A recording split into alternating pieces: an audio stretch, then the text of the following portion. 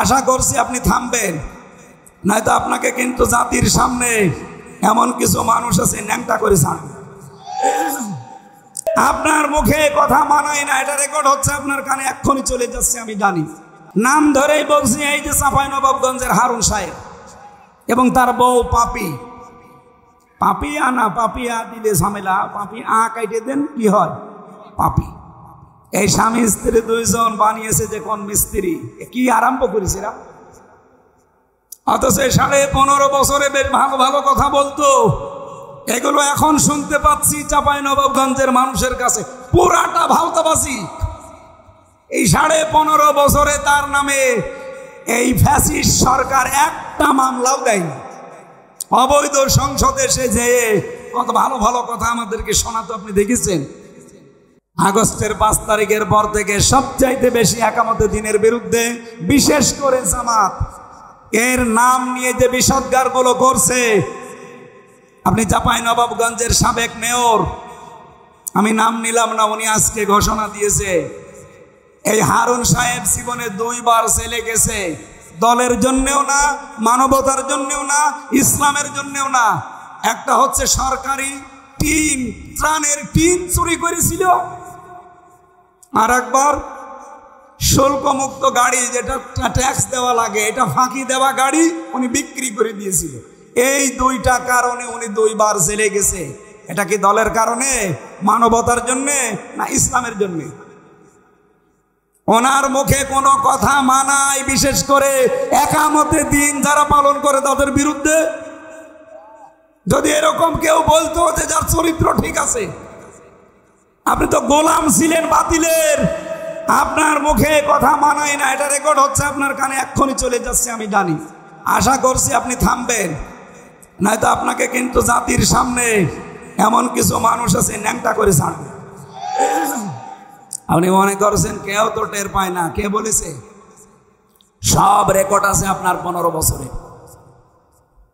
দল থেকে চাইনি আপনি সংসদে যান, আপনারা 6 জন জোর করে গেছে। 6 জনের ভেতরে 4 জন বলেছে আমরা যাব না, বাকি 2 জন উনি আর ওই যে আরেকজন হবিগঞ্জের, আমি নাম নিলাম না, ব্রাহ্মণবাড়িয়া, জোর করে গেছে তারা দলের সিদ্ধান্তের বাইরে। আমার যেহেতু সাবজেক্ট ওইটা না, আমি শুধু ইঙ্গিত দিলাম, বাংলাদেশে বহু মানুষ কিন্তু আল্লাহর দিন থেকে ফিরে চলে যাচ্ছে একেবারে প্রকাশ্য ফ্যাসিস্টের দিকে, বাতিলের দিকে। ওরা মনে মনে করছে আমরা যদি এভাবে চলে যাই, হাজারো মানুষ আমাদের দেখা দেখি চলে আসবে। এই দেশে অন্তত আর যারা দিনের কথা বলে তাদের কথা আর কেউ শুনবে না। আরে ভাই, দিনের মালিক কি হামজা? কথা বললেন না? দিনের মালিক ইয়াসিন, দিনের মালিককে আমরা হচ্ছে দিনের খাদে কামলা। আমরা চেষ্টা করে যাব দিনের পক্ষে। এদেশে যদি কায়েম হয় দিন ভালো, না হলে আমার কোনো লস নেই, ইয়াসিনেরও লস নেই। আমাদের বেতন আছে বিকাল 5টায়, বিকাল 5টা মানে জীবনের শেষ দিন। এই কথা বলেন না কেন? আপনি কি করলেন? আপনি বাধা দিয়ে টার্গেটে পড়ে গেলেন। দিনের মালিক যিনি, সে আল্লাহ। দিনের মালিক আবার বলেন তো হামজা কে? সুতরাং এদেশে যারা দিন বিরোধী তারা হামজা বিরোধী না, তারা সরাসরি আল্লাহ বিরোধী। আমার নিজের কোনো সম্পদ যদি আপনি মেরে কেটে নিতেন আমার রাগ হইতো। আপনি যে সরাসরি বিরুদ্ধে আছেন আল্লাহর দিনের, তার মানে আল্লাহর বিরুদ্ধে গেলে আল্লাহর রাগ হবে না? বলেন বলেন। আল্লাহর রাগ যদি হয়, আপনি 3টি কাজ করেন। এদিকে তাকান। আল্লাহ রাব্বুল আলামিনের যদি রাগ হয়ে যায় কোনো জাতির উপরে, 3টা কাজ করেন। 1 নম্বরে ফাসাউফা ইয়াতিল্লাহ বিকাউমি ইউহিব্বুহুম ওয়া ইউহিব্বুনাহু। আল্লাহ পাক বলেন ওদের উপর আমি এমন একটা জাতিকে এনে দেই, সেই জাতিকে নিজে আমি আল্লাহ ভালোবাসি এবং তারাও আমাকে ভালোবাসে। আপনি দেখেন বাংলার প্রেক্ষাপটে আয়াতটা, আজ অনেকেই বিভিন্ন কায়দায় যারা হক থেকে বাতিলের দিকে জানা শোনার পরও মুখ ফিরিয়ে চলে যাচ্ছেন। আপনি কিন্তু জানেন এই দেশে হক কোনটা? কথা বলেন না কেন? এই যে যৌথ বাহিনী কিছুদিন আগে অপারেশন ডেভিল হান্ট চালাচ্ছিল, এখনো পর্যন্ত ওটা আছে নেই? যৌথ বাহিনী দেখলে খুশি হয় ইমানদারেরা, আর ভয় পায় যারা খুনি, যারা দুর্নীতিবাজ, আর যারা জুলুমবাজ তারা। সূরা আহজাবের 22 নম্বর আয়াতে আল্লাহ দিয়েছেন আলাম্মা রাল মুমিনুন আল আহজাব। আহজাব মানে যৌথ বাহিনী। আহজাব মানে কি? ওয়ালাম্মা রাল মুমিনুন আল আহজাব, যখন মুমিনেরা যৌথ বাহিনী দেখতে পেল, তার মানে এটা 1500 বছর আগেও ছিল। এই কথা বলেন না কেন? মুমিনেরা দেখতে পেয়ে আনন্দে আত্মহারা হয়ে গেছে, কিন্তু যৌথ বাহিনী দেখে সবচাইতে বেশি সমস্যায় পড়েছে যারা খুনি, যারা অবৈধ ক্ষমতার অধিকারী। ওই জামানায় যারা ছিল, এ জামানায়ও অনেকে তাদের প্রেতাত্মা ছিল। এই জন্য অবৈধভাবে যারা ছিল তারা এখন যৌথ বাহিনীর ভয় আছে না। আমার মনে হয় এই অপারেশন ডেভিল হান্ট এটা আরো বেশি করা দরকার কুষ্টিয়া জেলার জন্য। বাংলাদেশের অন্য জেলা বাদ দিলাম, এই জেলায় বেশি হওয়া দরকার, কারণ এখনো অনেকের মাস্তানি থামেনি। এই কথা বলেন না কেন? এ কবুর হাটে নেই, অনেকে এখনো ওদের মতো আচরণ করছে। ডেভিল হান্ট কেন চালু হয়েছে? ডেভিল মানে শয়তান, হান্ট মানে শিকার, শয়তান শিকার। আমরা চাই শয়তান সব শিকার হয়ে যাক। কথা বলেন ঠিক কিনা? এই জন্য ডক্টর মোহাম্মদ ইউনূস খুব তাড়াতাড়ি একটা একটা করে গজব ডেকে নিয়ে আসতেছে। কিন্তু কিছুদিন আগে আযাবুল বুলডোজার নাজিল হয়েছিল। এটার নাম কি বলেন? বলেন। আযাবুল এটা এমনি নাজিল হয়নি। সাতক্ষীরা, চাঁপাইনবাবগঞ্জ, চট্টগ্রাম এই জেলাগুলোতে তাকান, 2013 সালে হাজার হাজার মুসলমানদের বাড়ি ঘর বুলডোজার দিয়ে মাটির সাথে অনেক জালেম মিশিয়ে দিয়েছে। আল্লাহ সেই প্রতিশোধ নিয়েছে 25 সালে ফেব্রুয়ারির 5 তারিখ। এটা শুধু শেষ হয়ে গেছে তা না, এখনো সামনে যদি কেউ উস্কানি দেয়, আযাবুল বুলডোজার হয়তো নাজিল হবে না, ডেভিল হান্ট আসবে না, অন্য কোনো আযাব কিন্তু আবার সামনে চলে আসবে। এই জন্য আপনারা সাবধান হবেন, কারো উস্কানিতে পা দেওয়া, আরো বলেন মুস্কানিতে পা দেওয়া। অনেকে পা দিচ্ছেন। যৌথ বাহিনী যদি ধরে না, পেছনে এমন ভাবে লাল করে দেবে বাদরের পেছনের মতো। গোপালগঞ্জে লাল করেছিল না কিছুদিন আগে? ওই সময় শুনতাম গোপালগঞ্জ থেকে ঢাকায় আসবে, বসে আসলে 300 টাকা, দাঁড়িয়ে আসলে 1000 টাকা। এটা যদি গোপালগঞ্জের জন্য হয়, গোপালগঞ্জ থেকে ঢাকা খুব বেশি দূরে না, আমাদের কুষ্টিয়া থেকে আরো দূরে, সুতরাং ঢাকায়ও যেতে পারবেন না। এমন লাল করবে, বসে গেলে 1000 টাকা, দাঁড়িয়ে গেলে 2000 টাকা।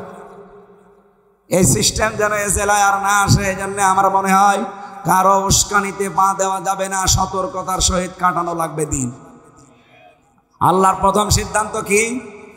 1 নম্বরে যারা আল্লাহর দিন থেকে ফিরে যেতে চায়, আজ বিভিন্ন ভণ্ড পীরের নাম নিয়ে নতুন নতুন ইসলামের নিয়ম বের করে মানুষকে আসল ইসলাম থেকে বের করে নিয়ে চলে যাচ্ছে। কথা বলেন। রাজনৈতিক দলের বহু নিয়ম নীতি আজ ইসলাম থেকে মানুষকে ডাক দিয়ে ফিরিয়ে তারা হক থেকে বাতিলের দিকে নিয়ে যাচ্ছে। আপনি জানেন যে দেশে হক কোনটা? এই পৃথিবীর ময়দানে আল্লাহর ভাষায় হক হচ্ছে তারা যাদেরকে দেখলে বাতিলেরা সবচাইতে বেশি ভয় পায়। বাংলাদেশে হাজারো দল আছে, হাজারো মত আছে। আপনি বলেন এই 54 বছরে বাতিলরা সবচাইতে বেশি ভয় পেয়েছে, নামে হোক বেনামে হোক, যাদের সেটাই হক দল। এরপরও যদি কেউ না চিনতে পারেন, এদিকে আসেন, এমন জোরে কানের নিচে দেব, টের পেয়ে যাবো। তাছাড়া আপনার তো বুখারী শরীফ দিয়ে হবে না, কোরআন শরীফ দিয়ে হবে না, বাকারি শরীফ লাগবে। অবশ্য ঠিক, এদিকে আসেন, আপনাকে বাকারি শরীফ দিচ্ছে। আল্লাহ রাব্বুল আলামিন যেন তার আয়াতটা আমাদের এই বাংলাদেশের মানুষকে দেখাচ্ছেন, যারা আজ দিন থেকে ফিরে চলে যাচ্ছেন। আল্লাহ বলেন আমি তাদের উপরে এমন একটা জাতিকে নিয়ে আসব, এমন একটা কওমকে, দলকে আমি তোমাদের উপরে নিয়ে আসব, যারা আমি আল্লাহকে ভালোবাসে, আমি আল্লাহ নিজেও তাদেরকে ভালোবাসি। এখন এই দলটা কোনটা আপনি নিজে আয়াতের সাথে মিলান। ওয়াইয়াতাওয়াল্লাউ ইয়াস্তাবদিল কওমান গায়রাকুম সুম্মা লা ইয়াকুনু আমসালাকুম। সূরা মুহাম্মদের ভেতরে আল্লাহ জানিয়েছেন, তোমরা যদি ফিরে যাও আল্লাহর দিন থেকে, আমি আল্লাহ এমন একটা জাতি, এমন একটা দলকে তোমাদের উপরে প্রতিষ্ঠিত করে দেব যারা তোমাদের মতো হবে না। বলেন সুবহানাল্লাহ। এই আয়াত থেকে প্রথম আমরা বের করলাম, আল্লাহ এমন একটা দল তৈরি করে দেবে যদি মানুষ আল্লাহর দিন থেকে ফিরে চলে যেতে চায়। সেই দল এই বাংলাদেশে এখনো আছে না নেই? যেটাই হোক আছে। আল্লাহ যেহেতু বলছেন একটা দল বানিয়ে দেব, কি হবে সেই দলের কাজ? আযিল্লাতিন আলাল মুমিনিন, তারা মুমিনদের প্রতি রহম দিল হবে, কমল হবে, স্নেহময় হবে, স্নেহশীল হবে। আইজ্জাতিন আলাল কাফিরিন, কাফেরদের প্রতি হবে তারা কঠোর এবং ভয়ঙ্কর। আমির জামাত ডক্টর শফিকুর রহমানের কালকের বক্তব্যটা এই আয়াতের প্রমাণ। তাই কথা বলেন না কেন? উনি সর্বশেষ বলেছিলেন, বাংলাদেশে কেউ আমাদেরকে চোখ রাঙাবেন না। হ্যাঁ, সমালোচনা করেন গঠনমূলক, আমরা মেনে নেব, চুমা দেব, কিন্তু কেউ নিজেদেরকে প্রভু ভেবে আমাদের উপরে চোখ রাঙাবেন না। আমরা কারো চোখ রাঙানি সহ্য করি? বলেন বলেন। এই কোরআনের আয়াতের সাথে যদি এই দেশে কোনো দলের বাস্তবতা মিলে যায়, আপনি অস্বীকার করতে পারবেন না এটা তো মেলে না, আপনি জোর করে বাদ দিতে পারেন না। আপনি দেখেন আজ এই দেশে একামতে দিনের দ্বারা তার দায়িত্ব পালন করে নিজের ভাইয়ের সাথে ওই রকম মিল নেই একামতে দিনের কর্মীদের ভেতরে যেই মিল আছে। হ্যাঁ, নিজের আপন ভাই আল্লাহকে মানে না, তারে আমি নিজেও মানি না, কিন্তু তার বাড়ি কোথায়? সেই চট্টগ্রামে। এই লোকটা যেহেতু একামতে দিন প্রতিষ্ঠা করার আন্দোলনে আছে, সে আমার আপন ভাইয়ের চাইতেও আমার কাছে আপন। এই কথা বলেন না কেন? আযিল্লাতিন আলাল মুমিনিন, মুমিনদের উপরে রহম দিল হওয়া লাগবে। এই গুণটা এখন সর্বত্র ছড়িয়ে দেওয়া লাগবে, কারণ মুহাম্মাদুর রাসূলুল্লাহ ওয়াল্লাযীনা মাআহু আশিদ্দাউ আলাল কুফার রুহামাউ বাইনাহুম। মুহাম্মদ সাল্লাল্লাহু আলাইহি সাল্লাম আল্লাহর রাসূল এবং তার উম্মত বলে যারা দাবি করবে, তার সঙ্গী সাথী যারা হবে, তাদের প্রথম গুণ হবে নিজেদের ভেতরে তারা রহমদিল, আর কাফেরদের প্রতি তারা কঠোর এবং ভয়ঙ্কর। কাফেরদের যত অনুষ্ঠান আছে সব অনুষ্ঠানের উপরে নারী পুরুষ কড়া হওয়া লাগবে, কঠোর হওয়া লাগবে। এই যে ফেব্রুয়ারি মাসের কয়েকদিন আগে যেই দিবসটা গেল, কি নাম? বিশ্ব ভালোবাসা দিবস। এই মাইয়ার তাদ্দা মিনকুম এই শব্দের ব্যাখ্যায় আমি পড়েছি, ইরতেদাদ মানে পরিবর্তন করা, ইরতেদাদ মানে ফিরে যাওয়া, ইরতেদাদ মানে হক থেকে বাতিলের দিকে চলন্ত অবস্থায় চলে যাওয়া। সুতরাং আল্লাহর নামকে যারা পরিবর্তন করে দিয়েছে তাদের নিয়ে আসা দিবস এই 14 ফেব্রুয়ারি। শফিক রেহমান, এই লোকটার নাম ছিল শফিক রহমান। ইংল্যান্ড থেকে এই বিশ্ব ভালোবাসা দিবস আমদানি করেছিল। সাংবাদিকরা প্রশ্ন করছে, স্যার আপনার নাম তো শফিক রহমান, রেহমান করেন কেন? উনি বলছে, দেখো রহমানের ভেতরে মৌলবাদের গন্ধ পাওয়া যায়, এই জন্য আমার নাম আমি কেটে পরিবর্তন করে পাল্টিয়ে রেহমান দিয়েছি। বাংলার মুসলমানের রেকর্ড হচ্ছে, এটা সারা দেশে ছড়াই। সবাইকে বলছি, যেহেতু এবছরে আর নেই, সামনে বছর আবার আসবে। যেই লোকটা আমাদের আল্লাহর নাম পরিবর্তন করে রহমান থেকে রেহমান করতে পারে, তার নিয়ে আসা দিবস আগামীতে কোন মুসলমানের ছেলে মেয়েরা পালন করতে পারে? আরো জোরে বলেন, পারে না? ইসলামে 2টা দিবসের বাইরে কোনো দিবস নেই। কি? ঈদুল আজহা, ঈদুল ফিতরের বাইরে কোনো দিবস আছে?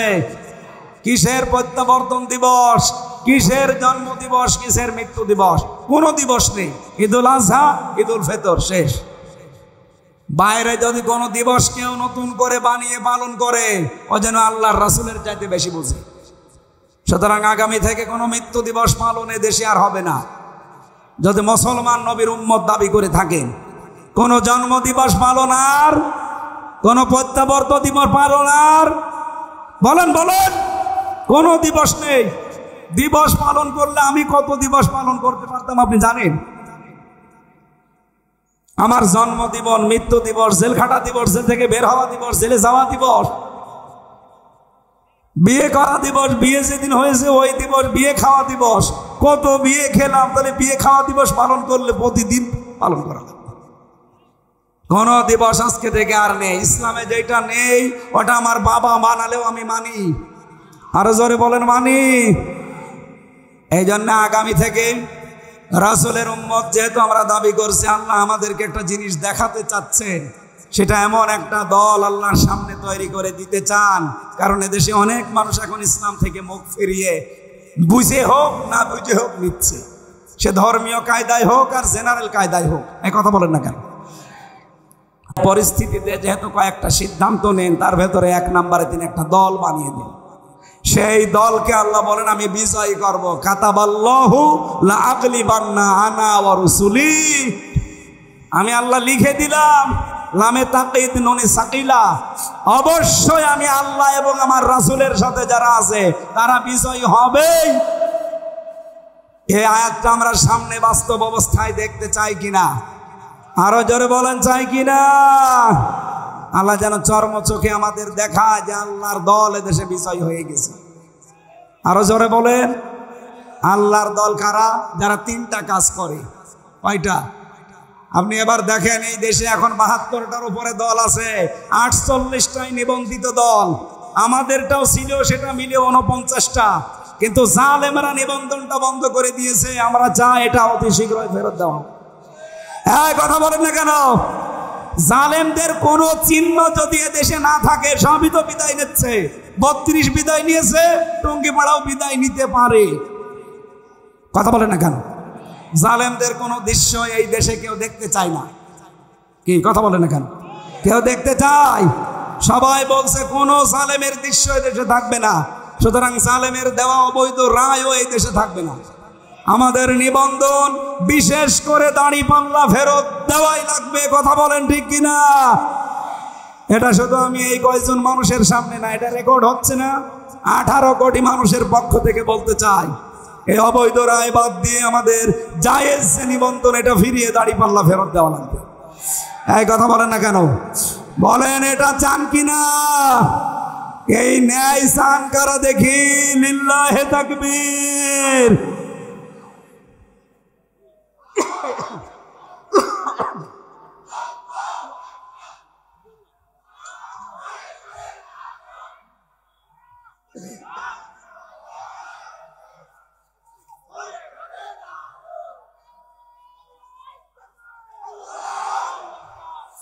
কুষ্টিয়াবাসী আল্লাহ রাব্বুল আলামিন যে দলটাকে তিনি পছন্দ করে দিন থেকে যারা ফিরে যায় তাদের উপরই তিনি বিজয় করবেন বলে ঘোষণা দিলেন।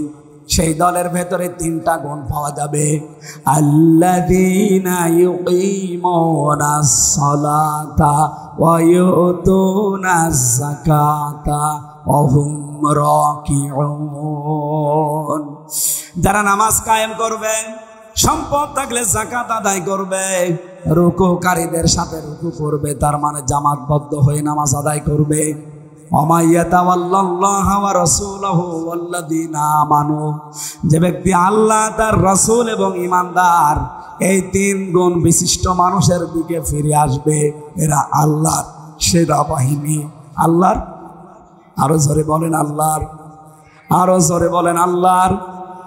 ফাইন্না হিজবাল্লাহি হুমুল গালিবুন। আল্লাহ পাক বলেন অবশ্যই আমি আল্লাহর দল বিজয়ী হবে। এই গ্যারান্টি কার?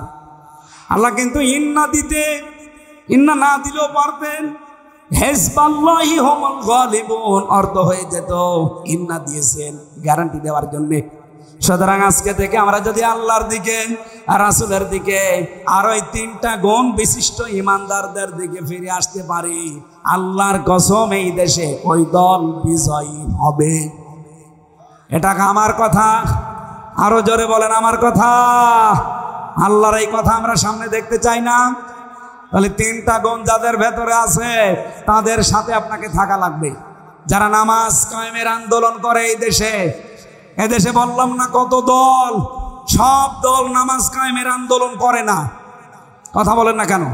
কারণ নামাজ কায়েম এটা ব্যক্তিগত বিষয় না, এটা রাষ্ট্রের দায়িত্ব।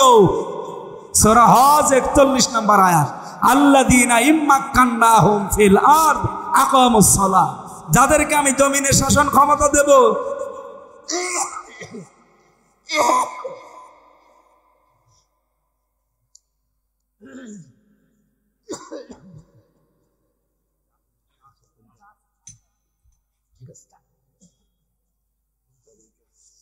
না কিছু না, যাদেরকে আমি জমিনে শাসন ক্ষমতা দেব তারা যদি মুমিন বান্দা হয়, এদের প্রথম কাজ হবে তারা নামাজের বিল কায়েম করবে। এ ঘোষণা কার? সুতরাং নামাজ কায়েম করা এটা কিন্তু ব্যক্তির না, এটা রাষ্ট্রের দায়িত্ব। আরো জোরে বলেন, এই কথা বলা লাগবে, এটা কার দায়িত্ব? রাষ্ট্রের। এই রাষ্ট্র গঠন করার জন্যই তো সামনে দিন আসতেছে। 300 এমপি এবার সংসদে যাবে। আমরা চাই 151 জন অধ্যাপক ফরহাদ হোসেনের মতো কোরআন বুকে নিয়ে যেন যেতে পারে।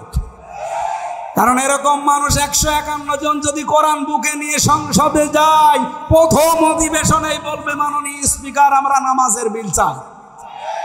300 জনের ভেতরে এরকম 151 জন যদি হাত তুলতে পারে, পরের দিন নামাজ এই দেশে রাষ্ট্রীয়ভাবে কায়েম হয়ে যাবে। আপনি হয়তো ফরহাদ হোসেনকে একটা ভোট দিয়েছিলেন, ওই দিনের পরে 18 কোটি মানুষ নামাজ পড়বে। আপনার একটা ভোটের কারণে 18 কোটি মানুষ নামাজ পড়ছে। 18 কোটি মানুষের নামাজের সওয়াব আপনি একটা ভোট দেওয়ার কারণে পাবেন। মাওলানা কতগুলো বসে আছেন জিজ্ঞাসা করেন তো, আমি যদি ব্যাখ্যা ভুল করি ধরিয়ে দিন। তাআওয়ানু আলাল বিররি ওয়াত তাকওয়া ওয়া তাআওয়ানু আলাল ইসমি ওয়াল উদওয়ান ওয়া লা তাআওয়ানু আলাল ইসমি ওয়াল উদওয়ান। ভালো কাজে কেউ অন্যকে সাহায্য করো, অন্যায় কাজে কেউ কাউকে সমর্থন যোগাবা না।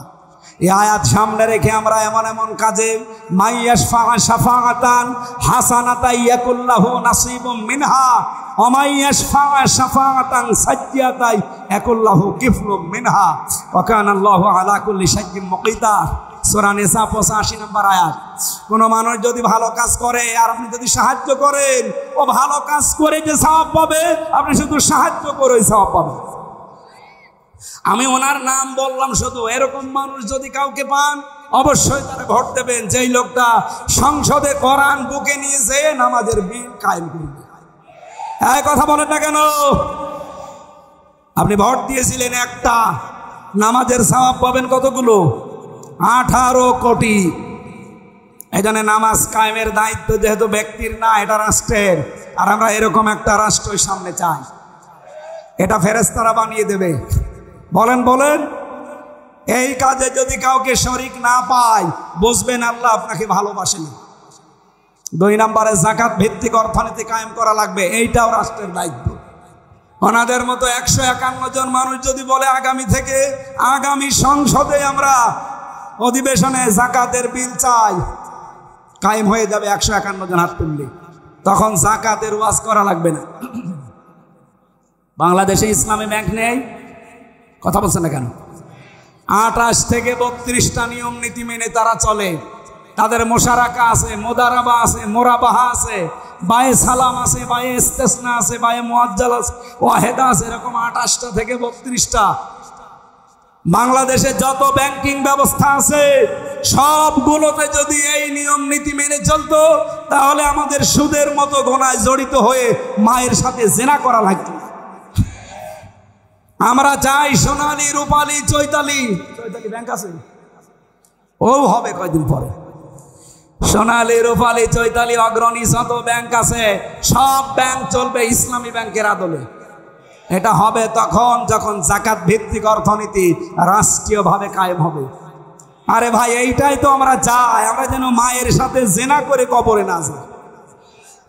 কামিল মাদ্রাসার প্রিন্সিপাল বসে আছে, পেছনে কত আলেম দেখতে পাচ্ছেন। আমরা চাই এই দেশে আমরা কেউ আর মায়ের সাথে জেনা করতে চাই, অথচ আমরা অনেকে করছি। এখানে কত মানুষ বসে আছে টাকা ছেড়ে রাখে, নাকি কবরাটে নেই? টাকা ছেড়ে রাখে 1000, মাসে মাসে 200 টাকা বেশি পায়। আমি জানি কবরহাট এলাকায় আর খাজানগরে বেশি, আল্লাহর ওলি সব এই এলাকায়। টাকা ছেড়ে রাখে, টাকা আসে। বলেন সুবহানাল্লাহ। অনেক চালাক মানুষ আছে, টাকা ছাড়ার সময় নিজের নামে ছাড়ে না, বোর নামে ছাড়ে। যদি গোনা হয় বোর নামে হবে। চালাকি করে পার পাওয়া যাবে? অথচ আপনি মায়ের সাথে কেবল জেনা করে আসলেন। যারা এই সুদের টাকা খান তারা সরাসরি জেনা করেন কার সাথে? ও বাংলার মুসলমানেরা, এই যে বারবার চিল্লায় আমরা এই কারণে। আপনি মায়ের সাথে জেনা করে এসে নামাজে দাঁড়িয়েছেন, সামনে রোজার মাস, রোজা রাখবেন, আপনার নামাজ হবে? রোজা হবে? বলেন।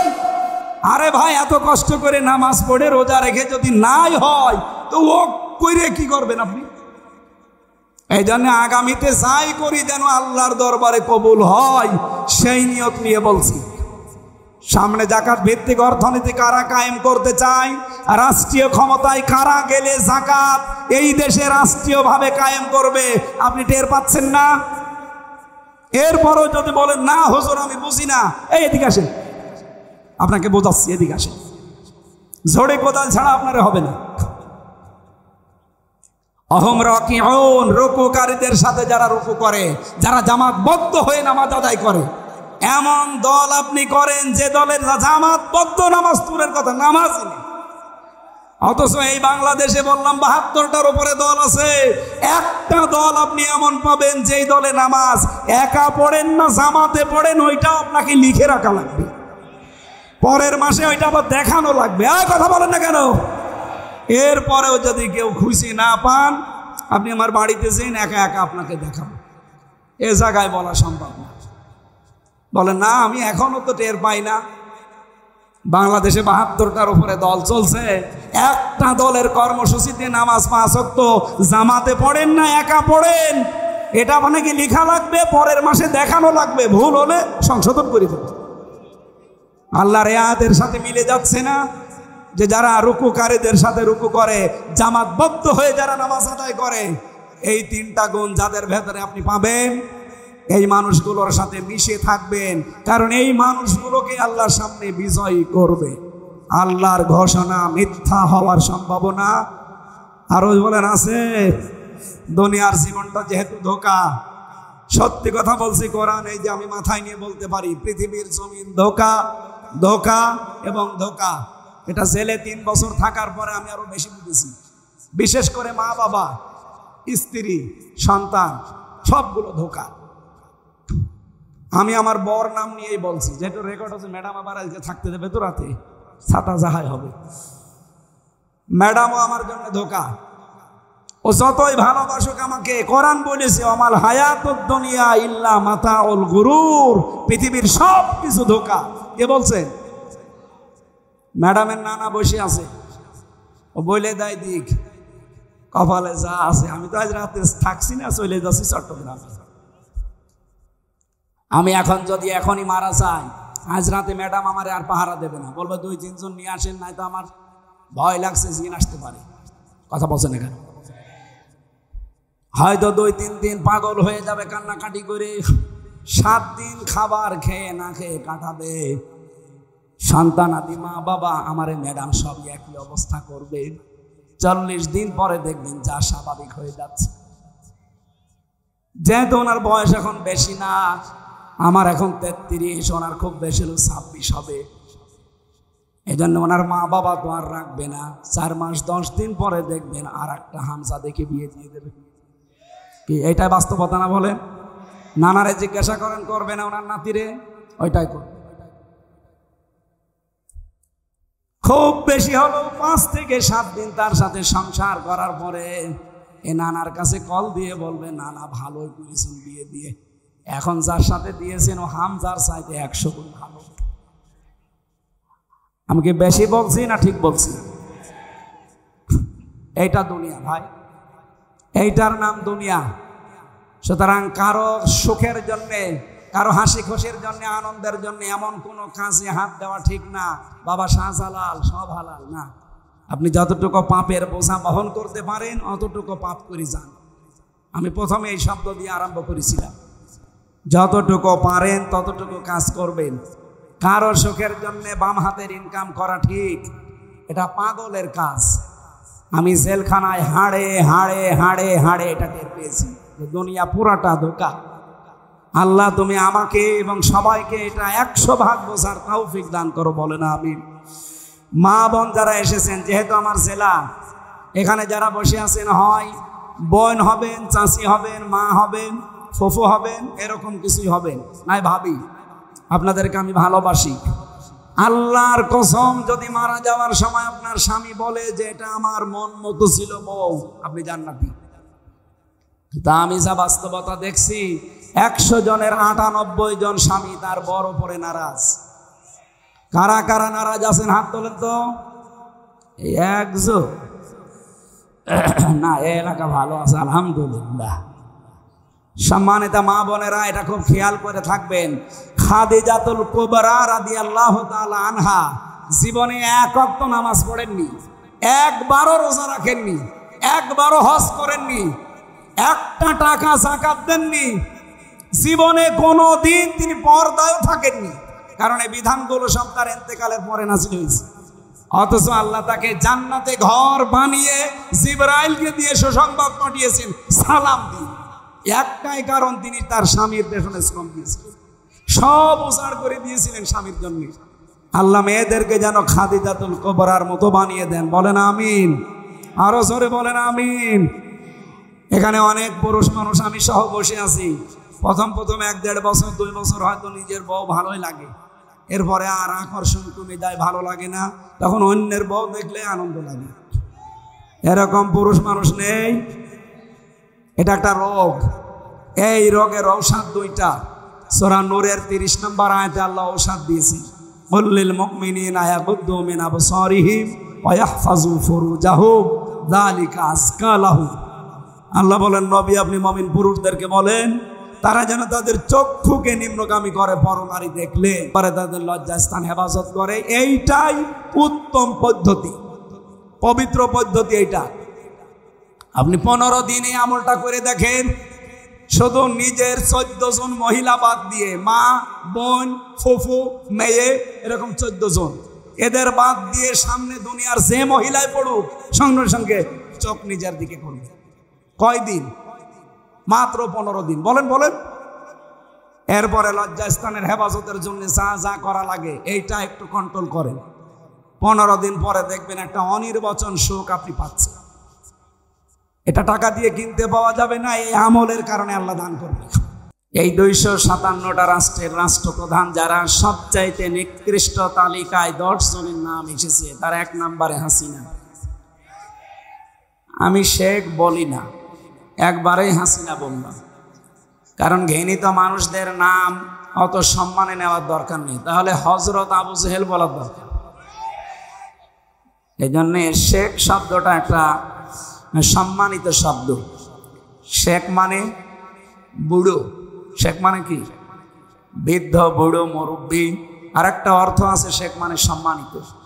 এই জন্য এই শব্দটা মনে হয় যেহেতু ঘৃণিত মানুষের তালিকায় উনি 1 নম্বরে, ওনার নামে এই শব্দটা না দেওয়াই ভালো। আপনি কি রাগ করলে? 2 নম্বরে নাম এসেছে বাশার আল আসাদের, 3 নম্বরে নাম এসেছে নেতানিয়াহু। এরকম 10 জনের নাম দুনিয়ায় নিকৃষ্ট মানুষের তালিকায়, তার ভেতরে 1ম নম্বরে আমাদের আল্লাহর ওলি। সুতরাং জোর করে মানুষের কাছে সম্মান নেওয়ার চেষ্টা যারা করে তারা বোকা। সম্মান মানুষ আপনাকে দেবে 2টা কারণে। কয়টা? ইয়ারফাউল্লাহুল্লাযীনা আমানু মিনকুম ওয়াল্লাযীনা উতুল ইলমা দারাজাত। সূরা মুজাদালা 11 নম্বর আয়াতের মাঝের অংশে আছে। আল্লাহ রাব্বুল আলামিন জানিয়ে এখানে ডিস্টার্ব হয়ে যাচ্ছে, কিছু দেওয়া লাগবে না ভাই, বসেন তো। যারা মাহফিল দেয় আসলে এরা শোনে না, বিভিন্ন আন্টি শান্তিতে সময় কাটায়। আমিরে জামাত ডক্টর শফিকুর রহমান হাফিজাহুল্লাহ, কয়েকদিন আগে একটা অনুষ্ঠানে আমি ছিলাম ওনার। উনি যারা তাফসির করে বাংলাদেশে, যারা মুফাসসির, যারা ওয়াজ করে, এনাদের উদ্দেশ্যে 2টা কথা জানিয়েছেন। আপনারা যারা তাফসির মাহফিলে, ওয়াজ মাহফিলে, দিনের অনুষ্ঠানে কথা বলেন, আন্টি শান্তি, আগল পাগল, উল্টা পাল্টা কিচ্ছু বলতে যাবেন না। ক্লাসের আকারে কথা বলবেন, সর্বোচ্চ 1 ঘন্টা বলেন, অসুবিধা নেই। 45 মিনিট বলেন, কোনো অসুবিধা নেই। আরো কমিয়ে আপনি আধা ঘন্টা বলেন। পৃথিবীতে বিশ্বনবী মুহাম্মদুর রাসূলুল্লাহর মতো এত দামি কথা কেউ বলতে পেরেছে? পারবে কেউ? তার জীবনের সর্বোচ্চ বক্তব্য ছিল 27 মিনিট আরাফাতের ময়দানে। বিদায় হজের ভাষণে সর্বোচ্চ 27 মিনিট কথা বলেছিলেন। এটা ঐতিহাসিক প্রেক্ষাপটে আমরা পেয়েছি। তার মতো মানুষ যদি 27 মিনিটে কি কথা বলেছিলেন, আর 1400 বছর চলছে, এখনো পর্যন্ত দুনিয়ার মানুষ এই 27 মিনিটের বক্তব্য কোল কিনারা করতে পারে না, শেষই করতে পারে না এখান থেকে শিক্ষা নিয়ে। আর আমরা এমন হুজুর, এমন বক্তা, 2.5-3 ঘন্টা শুধু চলে যায় জুলেখা আর ইউসুফ নবীর কাহিনী বলতে, অথচ ওখান থেকে যে শিক্ষা দরকার সেটা কিন্তু আমরা বলিও না, নিতেও চাই না। খালি কাহিনী বলেন, প্রেম কাহিনী। কে বলেছে আপনাকে ইউসুফ জুলেখার প্রেম কাহিনী? সূরা ইউসুফ পড়াটা একটা রাজনীতি। এটা কি? ইউসুফ নবী নিজে দায়িত্ব চেয়ে নিয়েছিলেন সংরক্ষণ করার জন্য। ক্বালা জাআলনি আলা খাযাইনিল আরদি ইন্নী হাফিজুন আলিম। এই আয়াতের ব্যাখ্যা ফি জিলালিল কোরআন পড়েন, প্রেম কাহিনী বের হবে আপনার। এই জন্য উল্টাপাল্টা ধারণাগুলো আসে তখন যখন আমরা দেখি বিভিন্ন আলোচক বক্তার নাম নিয়ে 2.5 ঘন্টা 3 ঘন্টা প্রেম কাহিনী শোনা ইউসুফ আর জুলাইখার নাম নিয়ে। নাউজুবিল্লাহি মিন যালিক। আমরা ওই দিন থেকে শুরু করে চেষ্টা চালাই আমাদের সর্বোচ্চ মুরব্বী অভিভাবক ওনার কথাকে সামনে রেখে আমি যতটুকু বলি, আল্লাহর প্রশংসা খুব বেশি হলো 1/2 মিনিট, রাসূলের প্রশংসা 10-15 সেকেন্ড, এরপরে আমরা মূল কথায় চলে যাই। এখানে আমার মনে হয় এইভাবে আসালি পাসালি দিয়ে সময় নষ্ট না করে আল্লামা সাঈদী সাহেবের ওই ঐতিহ্যটা ধরে রাখা দরকার এই তাফসির মাহফিলগুলোতে। সর্বোচ্চ মাগরিব থেকে এশা পর্যন্ত একজন তুলে দেবেন, এশার নামাজ পড়ে প্রধান বক্তা তুলে দেবেন। আপনারা দাওয়াতও নিয়েছিলেন এই কথা বলে, কিন্তু কথা রাখেননি। আমি কখন এসে বসে আছি আপনারা জানেন? এই যে সময়টা নষ্ট করলেন, আমি এই সময় পড়তে পারতাম না। ডাক্তার আমারে বলেছে রাত 10টার পরে জেগে থাকবেন না, তাহলে মাথার এই যে পাশে যে ড্যামেজ হয়ে গেছে ওটা আবার সমস্যা হয়ে দেখা দেবে। কুষ্টিয়ার অনুষ্ঠানগুলো নিতে চাই না আরও এই কারণে। গ্রামের ফকির ভিক্ষা পায় না, বাংলায় কথা নেই। আমি বাইরের জেলায় গেলে একটু দাপট দেখাতে পারি, কিন্তু এখানে আসলে তো বিড়াল হয়ে যায়। আপনারা যা বলেন তাই করা লাগে না। আগামী থেকে এটা আর হবে না, এই সিস্টেম পাল্টাতে হবে। আমার অধ্যক্ষ সাহেব বলছিলেন আসার পরে যে এই সিস্টেমগুলো আসলে পাল্টানো দরকার। কেন এত রাত করা লাগবে? মানুষ তাহাজ্জুদ পড়বে, ফজরের নামাজ আছে, সকালে কর্মজীবন আছে। আর আমার কালকে দিনের বেলা চট্টগ্রাম, রাতের বেলা নোয়াখালী। আমি তো পারা দরকার আমার। আগামী থেকে কুষ্টিয়া এটা রেকর্ড হচ্ছে, সারা বাংলাদেশে যাচ্ছে। যারা অনুষ্ঠান নেবেন হাতে পায়ে ধরে বলছি এশার নামাজ পড়ে আমারে তুলে দেওয়া লাগবে সাঈদী সাহেবের মতো। যদি পারেন দরকার হয় পোস্টারে লিখে দেবেন মোটা করে, আমির হামজার বয়ান রাত 8টায়। আমি 9টা 9:30টায় মাহফিল শেষ করে দিতে চাই। যদি পারেন নেবেন, না হলে হাতে পায়ে ধরে বলছি দাওয়াত দিতে যাওয়ার দরকার নেই। আমার দাওয়াতের অভাব নেই। এই জন্য আশা করছি আমার এই কথাটা আপনারা ঠিক রাখবেন। মহিলা প্যান্ডেলে মা বোনেরা সামনের দিকে একটু চেপে চেপে বসেন, একটু জায়গা করে দেন। জান্নাতে আপনার জন্য আল্লাহ একটা জায়গা বরাদ্দ দিয়ে দেবেন ইনশাআল্লাহ। আমরা কথা বলছিলাম মানুষের সম্মান বাড়ে 1 নম্বরে ঈমান, 2 নম্বরে ইলমের কারণে। ঈমান আমাদের কম বেশি অনেকেরই আছে না নেই? বলেন বলেন। কিন্তু ঈমান আনতে হলে প্রথমে একটা কাজ করা লাগে, ওইটা হয়তো অনেকের নেই। ঈমান আছে, কিন্তু ঈমান আনার আগে কি কাজ করা লাগবে কোরআনে কারিমে আল্লাহ সূরা বাকারার 256 নম্বর আয়াতে জানিয়েছে, ফামাই ইয়াকফুরু বিত-তাগুত ওয়া ইউমিন বিল্লাহ। কেউ যদি ঈমান আনতে চায় তার প্রথম কাজ সে যেন তাগুত ছেড়ে দেয়। বাংলাদেশে বহু ঈমানের দাবিদার আমরা তাগুত ছেড়ে না দিয়ে ঈমানের দাবি করি, এই কারণেই আমাদের ঈমান টিকতে চায় না। ফাকাদ ইসতামসাকা বিল উরওয়াতিল ওয়াসকা লা ইনফিসামা লাহা। আল্লাহ তাআলা বলেন তাগুত ছেড়ে দিয়ে যদি ঈমানের দাবি করতে পারে, ও এমন একটা মজবুত রশি ধারণ করেছে যা জীবনেও ছিঁড়ে যাবে না। কিন্তু তাগুত ছেড়ে না দিয়েছে ঈমানের দাবি আমরা করি, ঝড় উঠলে ঈমান আগেই লিভে যায়। ঝড় উঠেছে হয়তো চোর হাসে, কবর হাট থেকে আমার বাতি লিভে গেছে। সুতরাং এইরকম ইমান আমরা আনবো না। আমরা ইমান আনতে হলে আগে তগুত ছেড়ে দেব। কথা বলেন ঠিক কিনা? বাংলাদেশের দিকে তাকান, যারা তগুত ছেড়ে দিয়ে ইমানের দাবি করেছিল, আপনি দেখেন শিবিরের সাবেক সভাপতি দেলাওয়ার হোসেন, তার গরম করে তার লজ্জাস্থানে ঢুকিয়েছিল। আমি নিজে সাক্ষী, আমাকে ওই অফিসার বলছিল, সঞ্জয় দত্ত, আমারও রিমান্ডে উনি ছিল, আমারে বলছিল দেলাওয়ারকে এই করেছিলাম, ওকে আমরা ফুটবলের মতো পিটিয়েছি। 57 দিন রিমান্ডে ছিল। এই বাংলাদেশের ইতিহাসে এই প্রথম। 15টা বছর যে জুলুম, অত্যাচার, নির্যাতন গেল, জালেমরা তারে এক চুল টলাতে পারে না। এই কথা বলেন না কেন? কারণ সে তাগুত ছেড়ে দিয়ে ইমান এনেছিল, এই জন্য ইমান থেকে তাকে দূর হতে হয়নি। যারা ইমান এনেছে তাগুত ছেড়ে না দিয়ে, নৌকা মার্কা নিয়ে দাঁড়িয়ে ইমান এনেছিল, মাওলানা রুহুল আমিন, আমি নাম ধরে বলছি যেন আপনি চিনতে পারেন, বাইতুল মোকাররমের সাবেক খতিব। এ লোকটার ইমান যাই ছিল এখন আর নেই। কে কথা বললেন না কেন? কারণ তাগুত ছেড়ে না দিয়ে ইমানের দাবি করলে ইমান টিকবে না। এ পৃথিবীর ইতিহাসে এই প্রথম যে জাতীয় মসজিদের খতিব পালিয়েছে। এটা প্রথম না। দুনিয়াতে আপনি শুনেছেন যে মসজিদের ইমাম পালাই? জোর করে এসেছিল কয়দিন পরে যে আমি আবার ইমামতি করব, জুতা দিয়ে পিটিয়েছে জনগণ। পরের দিন মোবাইলে স্ট্যাটাস দিয়েছে ফেসবুকে যে জুতা মেরেছে কিন্তু আমার গায়ে লাগে। আমি আর নিচে নামলাম। তাগুত ছেড়ে না দিয়ে যদি আপনি ইমানের দাবি করেন, আপনার ইমান টিকবে না। এই জন্য আমাদের সম্মান আল্লাহ রেখেছেন কিসের ভেতরে বলেন তো? ইমানের ভেতরে। 2 নম্বরে ওয়াল্লাযীনা উতুল ইলমা দারাজাত, এটা বহু বছর। যারা এলেম পেয়েছে, এলেম পেলে জ্ঞান সম্মান বাড়বে না, এলেমের ওপরে আমল করা লাগবে। বাংলাদেশে তাকান, জ্ঞান কম বেশি অনেকে আমরা অর্জন করি, কিন্তু জ্ঞানের ওপরে টিকে থাকতে পারি না। এই জন্য আমাদের সম্মান আল্লাহ বাড়ায় না, আরো নিচে নামিয়ে দেয়। এই পৃথিবীতে জ্ঞানের ওপরে সবচাইতে বেশি আমল করেছিল, কাজ করেছিল জ্ঞান অনুযায়ী নবীরা। কারা? বলেন বলেন। আপনি 2 জন নবী ছাড়া বাকি কোন নবী দেখাতে পারবেন যে পৃথিবীতে তারা লাঞ্ছনা, গঞ্জনা, অপমানের শিকার হয়নি? হয়েছে এই কারণে তারা জ্ঞানের উপরে সর্বোচ্চ আমল করেছিল। এই জন্য আল্লাহ আফসোস করেছেন তার বান্দাদের উপরে, ইয়া হাসরাতান আলাল ইবাদ মা ইয়াতিহিম মির রাসূলিন ইল্লা কানু বিহি ইস্তাহজিউন। সূরা ইয়াসিনের 30 নম্বর আয়াত। আল্লাহ বলেন আমার আফসোস, আমার আক্ষেপ, এমন কোন নবী রাসূল দুনিয়ায় পাঠালাম না যার সাথে সমসাময়িক মানুষেরা ঠাট্টা বিদ্রুপ করে না, উপহাস করে না। বলেন তো নবীদের চরিত্র খারাপ ছিল? বলেন বলেন। একটাই কারণ, তারা তাদের জ্ঞান অনুযায়ী আমল করেছিল। এই কারণে আল্লাহ দারাজাত, দিন যত যায় নবীদের সম্মান মর্যাদা আল্লাহ বাড়াতেই থাকে।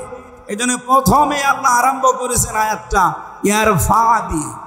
রাফা ইয়ারফা, এটা মুসারে, বর্তমান, ভবিষ্যৎ, প্রেজেন্ট, ফিউচার। সুতরাং ইমান আনার পরে যদি এলেম অনুযায়ী, জ্ঞান অনুযায়ী আপনি আমল শুরু করেন, দিন যত যাবে আপনার মর্যাদা, সম্মান আল্লাহ দুনিয়ায় বাড়াতেই, শুধু বাড়াবে না, বাড়াতেই, আরো জোরে বলেন, বাড়াতেই থাকবে। এই জন্য যে যার যা ইমান আছে এবং যার যা আমল আছে, ওই অনুযায়ী আল্লাহ তার সম্মান মর্যাদা যেন আরো বাড়িয়ে দেন। সকলে বলেন আমিন। সামনে বসা মুসলমান ভাইরা, পর্দার আড়ালের সম্মানিতা মা এবং বোনেরা, প্রশাসনের ভাইরা, প্রাণ প্রিয় কুষ্টিয়াবাসী, আল্লাহর দরবারে শুকরিয়া জানাচ্ছি। 3 দিন 13-14 বছর পরে হলেও কোরআনের আলোচনা এখানে হচ্ছে। যারা বুঝে হোক না বুঝে হোক বন্ধ করে রেখেছিলেন, আল্লাহ যেন তাদের হেদায়েত দেন। বলেন আমিন। আগামীতে কিয়ামত পর্যন্ত কোরআনের অনুষ্ঠান, কোরআন প্রচারে, কোরআন প্রসারে, কোরআন কায়েমে কোনো বাধা আসুক, এটা আমরা আর দেখতে চাই না। এই কথা বলেন না কেন? সেই সংক্রান্ত আয়াত আজকে আমরা পড়েছি, সূরা মায়েদার 54 নম্বর আয়াত। এটাকে সামনে নিয়ে বাস্তবতার নিরিখে তাফসীর আকারে কথা বলার চেষ্টা চালাবো ইনশাআল্লাহ। আমাদের শরীরের ভেতরে 17টা জিনিস এমন আছে যা একজনের সাথে আর একজনের মিল নেই। আমার চামড়ার সাথে ষাঁড়ের চামড়া মনে হয় একরকমই দেখা যাচ্ছে, কিন্তু ষাঁড়ের চামড়া কেটে যাক, ফেটে যাক, ছিঁড়ে যাক, আমার চামড়া কেটে লাগিয়ে দেবেন, পছন্দ হবে। লাগবে তো নাই, আরো পছন্দ হবে। হ্যাঁ, ওনার শরীরে আমার শরীরে ৯,৭৬৮ প্রকার চামড়া আছে। যে কোনো চামড়া আপনি লাগিয়ে দেবেন, কেটে ভালো হয়ে যাবে। এটার দ্বারা এটাই বোঝাতে চেয়েছেন, আমি হাদিসের ব্যাখ্যা বলছি। আল্লাহ রাব্বুল আলামিনের আয়াত হচ্ছে ওয়ালা তাজিরু ওয়াজিরাতু বিজরা উখরা, কিয়ামতে কেউ কারো বোঝা বহন করবে না। এই আয়াতের ব্যাখ্যায় একটা হাদিস এসেছে, এটা তাফসিরে হাক্কানিতে আছে। মুহাদ্দিসিন ইকরাম ব্যাখ্যায় লিখেছেন যে আমার চামড়া ওনার সাথে মেলে না, পছন্দ ধরে লাগিয়ে দিলে কিয়ামতের দিন উনি আমার পাপের বোঝা বহন করে নিয়ে বেড়াবে। এই কথা আমাকে উনি শোনায়। ওই কথা আমি শুনি আর বিশ্বাস করে বসে আছে যে না, চিন্তা নেই, বাবা আছে। উনি একটা ভণ্ড আর এটা একটা পাগল। এই কথা বলেন না কেন? এরকম বহু ভণ্ড দেশে নেই। কারো উপরে ভরসা করা যাবে না, নিজের কাজের উপরে ভরসা করে থাকা লাগবে। যতটুকু কাজ কারবার করেন ওইটার উপরে ডিপেন্ডেন্ট হবেন, কারো উপরে ভরসা করে কোনো লাভ নেই। কে কথা বললেন না কেন? উম্মিহি ওয়া আবি, এই আয়াতের ব্যাখ্যা এসেছে সন্তান তার মায়ের কাছে 500 বছর পড়ে থাকবে পা ধরে, 500 বছর, একটা নেকির কারণে। নবীজি বলেন 500 বছর পরে ওর মুখের ওপরে লাথি দিয়ে বলবে কিসের সন্তান দাবি করো, দুনিয়ায় আমার বিয়েই হয়নি। এই জন্য আমার চামড়ার সাথে ওনার চামড়ার মেলে না, ওনার ওপরে ভরসা করে আমার কোনো লাভ আছে? যতটুকু পারবেন কিয়ামতে বোঝা বহন করতে অতটুকু পাপ করে দুনিয়া থেকে যান। অবশ্য ঠিক আছে, করেন আপনি। আপনি যতটুকু সহ্য করতে পারবেন, মাথার উপরে বোঝা, পাপের বোঝা, ততটুকু করবেন। ঠিক আছে, এটা তো ঠিক আছে। আল্লাহ আমাদের এমন এমন কাজে আঞ্জাম দেওয়ার জন্য তৌফিক দেন, আমরা যেটা বহন করতে পারি ওই পরিমাণে ভালো কাজ আমরা করতে চাই। অন্যায়গুলো দুনিয়া থেকে আমরা মাফ করে নিতে চাই। বলেন আমিন। আপনারা জানেন গতকাল পরশুদিন, আজকে তো 19 তারিখ, 18 তারিখে মনে হয় গতকাল, একজন নিরপরাধ মানুষের জন্য সারা বাংলাদেশে যেভাবে মানুষ রাস্তায় নেমেছিল, পৃথিবীর ইতিহাস তৈরি হয়ে গেছে। কে কথা বললেন না কেন? এটা কি টাকা পয়সা দিয়ে কেউ নিয়ে এসেছিল? না, কাউকে যাবার সময় 2 টাকা দেওয়া হয়নি, খাবারও দেওয়া হয়নি। এটা এসেছিল যারা রাস্তায়, সব এসেছিল ইমানের দাবিতে। 1500 বছর আগে হুদায়বিয়ার সন্ধির যে ঘটনা আসে, জন্মের পর থেকে আমরা শুনি। এখানে একটা শিক্ষা আছে। 1399 জন মানুষকে নবীজি শপথ বাক্য পাঠ করাচ্ছিলেন। গতকালকে বিকাল 3টা থেকে সারা বাংলাদেশের প্রতিটি জেলায় উপজেলায় যেভাবে শপথ বাক্য পাঠ করিয়েছে অনেকের দায়িত্বশীলেরা, এই সিস্টেমটা নবী 1500 বছর আগে তিনি করে দেখিয়েছেন। তারাও এরকম এটিএম আজহারুল ইসলামের মতো একজন মানুষকে, নিরপরাধ নির্দোষ, তাকে আটক করে হত্যার মিথ্যা কথা ছড়িয়ে দিয়েছিল। তার নাম ছিল হযরতে উসমান ইবনে আফফান রাদিয়াল্লাহু তাআলা আনহু। নবীজি কথাটা শোনার পরে বললেন, আমার সাথে এখনো 1399 জন আছে। হুদায়বিয়া নামক যে জায়গাটা আমি হাত ফেলে দিলাম, তোমরা এই 1399 জন আমার হাতের ওপরে হাত লাগাও। সবাই হাত দিয়েছে। রব্বুল আলামিন সঙ্গে সঙ্গে জিবরাইলকে দিয়ে সূরা ফাতিহার 18 নম্বর আয়াতটা নাযিল করলেন ওই জায়গায়। লাকাদ রাদিয়াল্লাহু আনিল মুমিনিন। আল্লাহ পাক বলেন লাকাদ রাদিয়া। রাদিয়া দিলেও কিন্তু অর্থ হয়ে যেত, এর আগে লাকাদ দিয়েছেন কেন? মুফাসসির বলেন আল্লাহ পাক গ্যারান্টি দিয়ে জানিয়েছেন, আমি কিন্তু রাজি হয়ে গেছি, না রাজি হব। মাজি এটা পাস্ট, অতীতের শব্দ। আল্লাহ গ্যারান্টি দিয়ে বলছেন আমি রাজি হয়ে গেছি। আনিল মুমিনিনা, এই যে মুমিনদের উপরে, ইদ ইউবাইউনাকা, যে মানুষগুলো আপনার হাতের উপরে হাত দিয়ে আজ বায়াত নিচ্ছে, শপথ পাঠ করছে, তাহতা শাজারাতি, এই গাছের নিচে। ও গাছটা এখন হয়তো আর নেই, তার চারা থাকতে পারে। ওই সময় বাবলা গাছ একটা ছিল। এটা ইবনে কাসিরের বর্ণনা। মুফাসসির বলেন, যখন 1399 জন দুইটা ফরজ লঙ্ঘন করে একটা নিরপরাধ মানুষের মুক্তির জন্যে, প্রতিশোধ নেওয়ার জন্য তারা হাতের ওপরে হাত দিয়েছিল, একটা রোজা ভেঙে ফেলেছে আর একটা হজের ইহরাম খুলে ফেলেছে। নবীজি বলেন, পরে রোজা রেখে দেব, পরে হজ আবার করব। কিন্তু ওরা বিনা কারণে নির্দোষ একটা মানুষকে মেরে ফেললো, আর আমরা বসে বসে দেখবো না? হজও থাক, রোজাও থাক। আগে ওসমান হত্যার প্রতিশোধ না নিয়ে কেউ মদিনায় ফেরত যাব না। হাত দাও হাতে। যখনই তারা হাত দিয়েছে, আল্লাহ বলেন, ফালিমা মাফি কুলুবি, তারা কিন্তু লোক দেখানোর জন্য হাত দেয়নি। তাদের মনের অবস্থা, অন্তরে কি আছে ওটা আমি আল্লাহ জানি। গতকাল সারা বাংলাদেশে এই নির্দোষ নিরপরাধ আজহারুল ইসলামের জন্য যারাই মুক্তির শপথ নিয়েছে, যারাই হাতে হাত দিয়ে শপথ বাক্য পাঠ করেছে মুক্তি দেওয়া লাগবে, তাদের মনের খবরও আল্লাহ জানে। আরো জোরে বলেন। আল্লাহ পাক বলেন, আমি দুইটা জিনিস তাদেরকে দিয়েছি, ফানসালাস সাকিনাতা আলাইহিম, তাদের উপরে আমার প্রশান্তি নাজিল করেছি। আপনি কালকে সারা দেশের দৃশ্য দেখেন, প্রশান্তি আল্লাহ নাজিল না করলে এই দৃশ্য তৈরি হওয়ার সম্ভব না। কত মানুষ এরকম অনুষ্ঠান করতে গেলে হাজার হাজার কোটি টাকা খরচ করেও পারত না। আজকেও সারা বাংলাদেশে একটা দলের অনুষ্ঠান হচ্ছে। আমি আসার সময় কয়েকজনকে জিজ্ঞাসা করছিলাম, দিনের বেলা একটা অনুষ্ঠানে যাচ্ছিলাম, ওখানে যাওয়ার সময় একটা লোককে বললাম যে, ভাই আপনারা এসেছেন আল্লাহর জন্যে? বলে, কিসের হুজুর? আল্লাহর জন্য 300 টাকা পেয়েছি। কত? 300 টাকা দিয়ে স্যার এক বেলা খাবার। কুষ্টিয়া জেলা শাখা, আতালাল্লাহু উমরাহু ওয়া বারাকাল্লাহু ফি হায়াতি, বলেন আমিন। মঞ্চে বসা কুওয়াতুল ইসলাম কামিল মাদ্রাসা কুষ্টিয়া, বাংলাদেশের ঐতিহ্যবাহী প্রতিষ্ঠান। হাজার হাজার আলেম এখান থেকে বের হয়। ইসলামিক চিন্তাবিদ, শিক্ষাবিদ, মুফাসসিরে কোরআন, মুহাদ্দিস মাওলানা অধ্যক্ষ তারিকুর রহমান, আমার নানা জান দামাত বারকাতুহুমুল আলিয়া।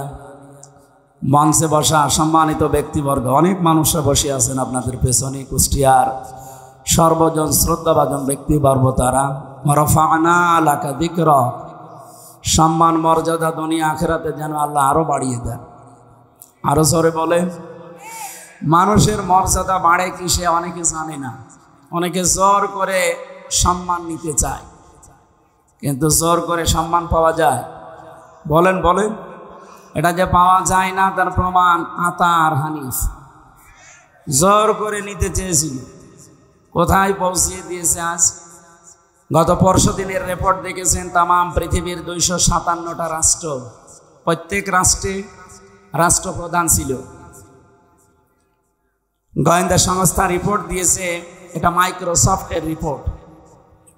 এই 257টা রাষ্ট্রের রাষ্ট্রপ্রধান যারা, সবচাইতে নিকৃষ্ট তালিকায় 10 জনের নাম এসেছে। তার 1 নম্বরে হাসিনা।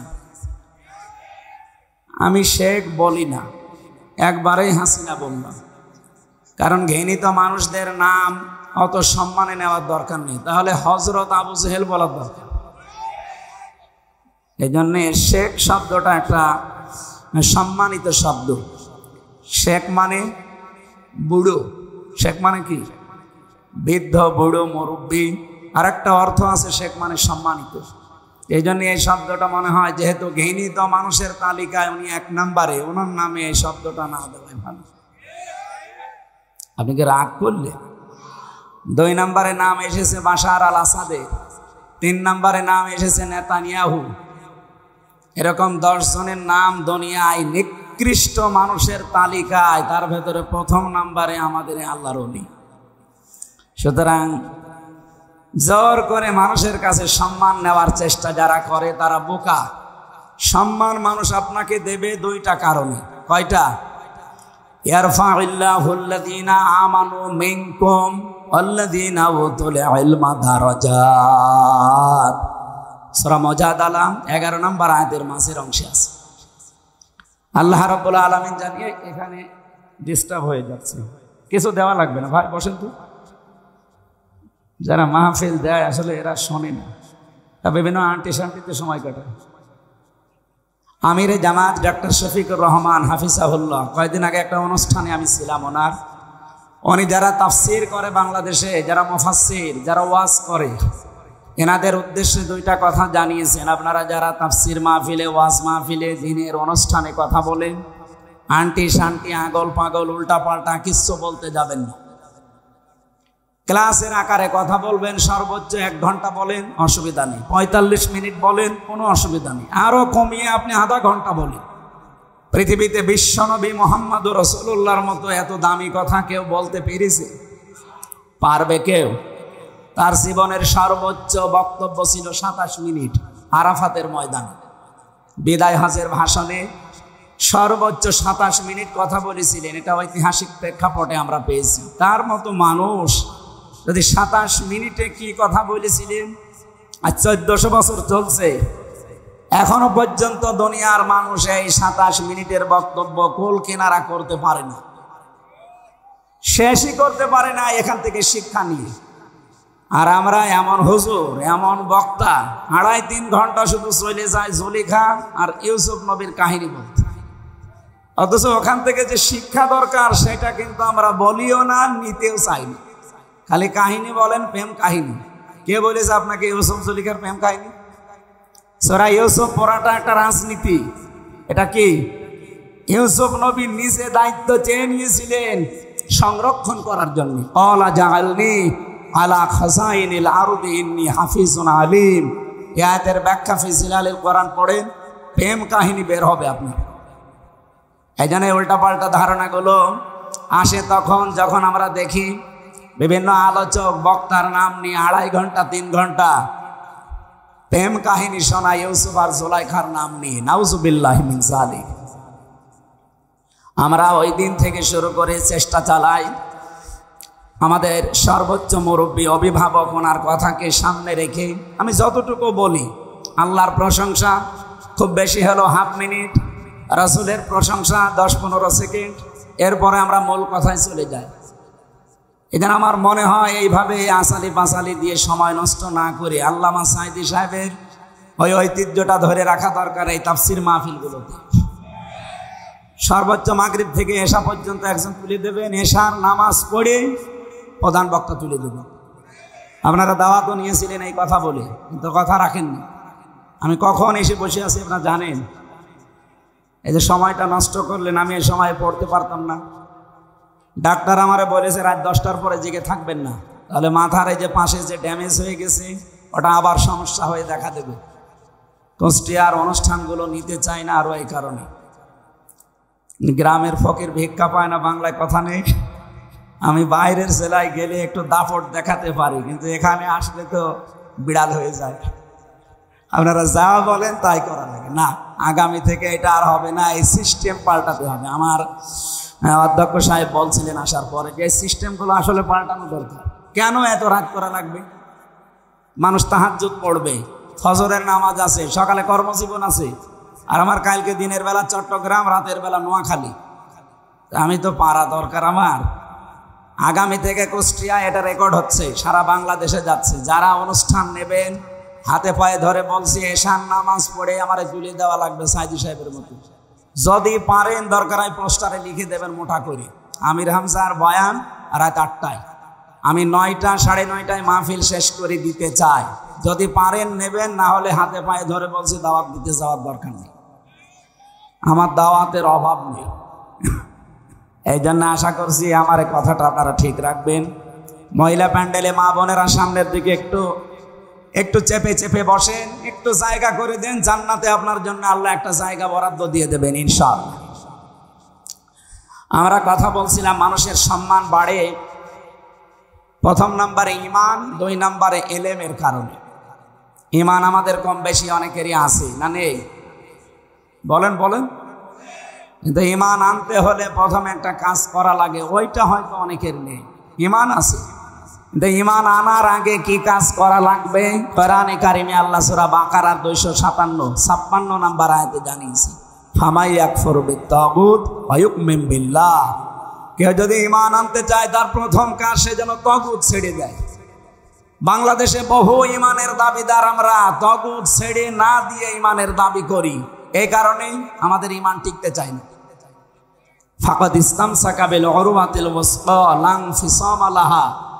আল্লাহ তাআলা বলেন, তাগুত ছেড়ে দিয়ে যদি ইমানের দাবি করতে পারে, ও এমন একটা মজবুত রশি ধারণ করেছে যা জীবনেও ছিঁড়ে যাবে না। কিন্তু তাগুত ছেড়ে না দিয়েছে ইমানের দাবি আমরা করি, ঝড় উঠলে ইমান আগেই লিভে যায়। ঝড় উঠেছে হয়তো চোর হাসে, কবর হাট থেকে আমার বাতি লিভে গেছে। সুতরাং এইরকম ইমান আমরা আনবো না। আমরা ইমান আনতে হলে আগে তাগুত ছেড়ে দেব। কথা বলেন ঠিক কিনা? বাংলাদেশের দিকে তাকান, যারা তাগুত ছেড়ে দিয়ে ইমানের দাবি করেছিল, আপনি দেখেন শিবিরের সাবেক সভাপতি দেলাওয়ার হোসেন তার গরম করে তার লজ্জাস্থানে ঢুকিয়েছিল।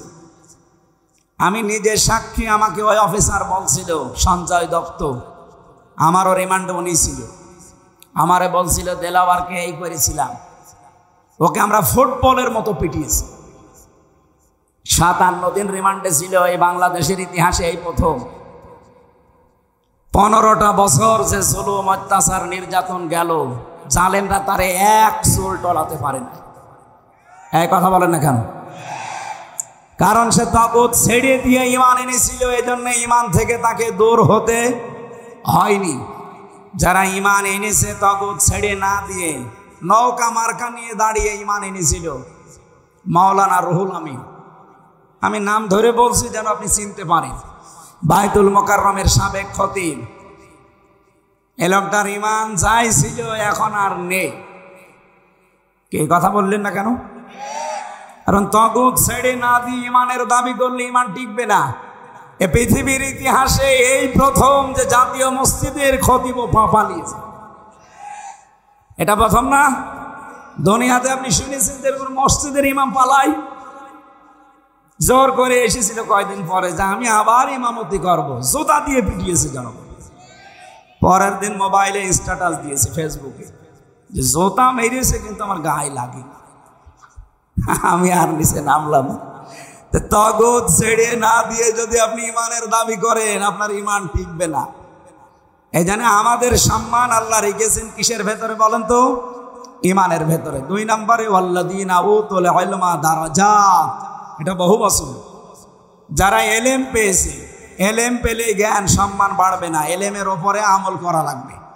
বাংলাদেশে তাকান, জ্ঞান কম বেশি অনেকে আমরা অর্জন করি, কিন্তু জ্ঞানের ওপরে টিকে থাকতে পারি না। এই জন্য আমাদের সম্মান আল্লাহ বাড়ায় না, আরো নিচে নামিয়ে দেয়। এই পৃথিবীতে জ্ঞানের ওপরে সবচাইতে বেশি আমল করেছিল, কাজ করেছিল জ্ঞান অনুযায়ী নবীরা। কারা? বলেন বলেন। আপনি 2 জন নবী ছাড়া বাকি কোন নবী দেখাতে পারবেন যে পৃথিবীতে তারা লাঞ্ছনা গঞ্জনা অপমানের শিকার হয়নি? হয়েছে এই কারণে তারা জ্ঞানের উপরে সর্বোচ্চ আমল করেছিল। এই জন্য আল্লাহ আফসোস করেছেন তার বান্দাদের উপরে, ইয়া হাসরাতান আলাল ইবাদ মা ইয়াতিহিম মির রাসূলিন ইল্লা কানু বিহি ইস্তাহজিউন।